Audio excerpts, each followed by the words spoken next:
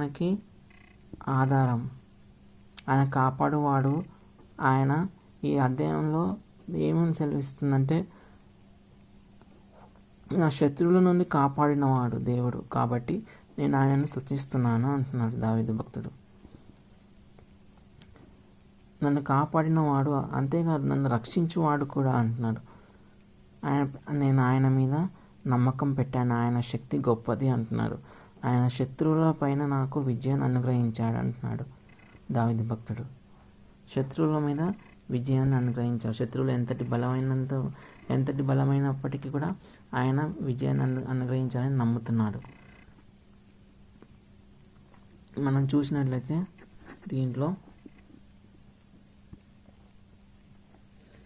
దేవునికి ప్రార్థిస్తే విడిపిస్తాడు.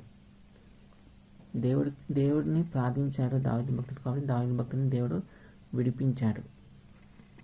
అలాగే లోబడితే కనికరిస్తాడు దేవుడు. లోబడినట్లయితే దేవుడు మనల్ని కనికరిస్తాడు.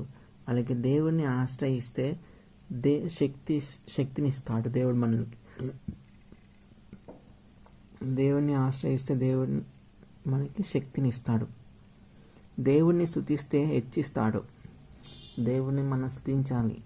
మనం స్తుతిస్తే మనల్ని దేవుడు హెచ్చిస్తాడు.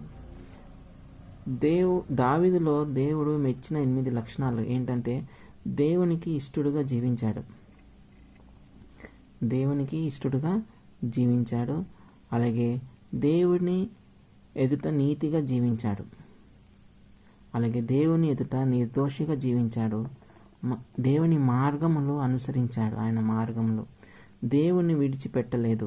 కష్టంలో అయినా దుఃఖంలో అయినా శత్రువులు ఒంటరి చేసి ఆయనకి ఒంటరి అయినప్పటికీ కూడా దేవుడిని విడిచిపెట్టలేదు దావీదు భక్తుడు.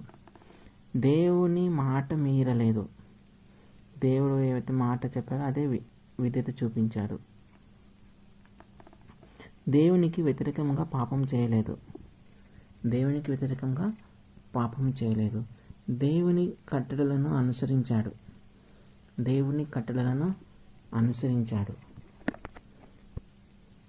మనం మొదటి పేతురు 1:5 చూసినట్లయితే, కడవరి కాలమందు బయలుపరచబడుటకు సిద్ధముగా ఉన్న రక్షణ మీకు కలుగునట్లు విశ్వాసము ద్వారా దేవుని శక్తి చేత కాపాడబడు మీ కొరకు ఆ స్వాస్థ్యము పరలోకమందు భద్రపరచబడి ఉన్నది. దేవుని రక్షణ మనకు ఉచితంగా అనుగ్రహించబడుతుంది. కేవలం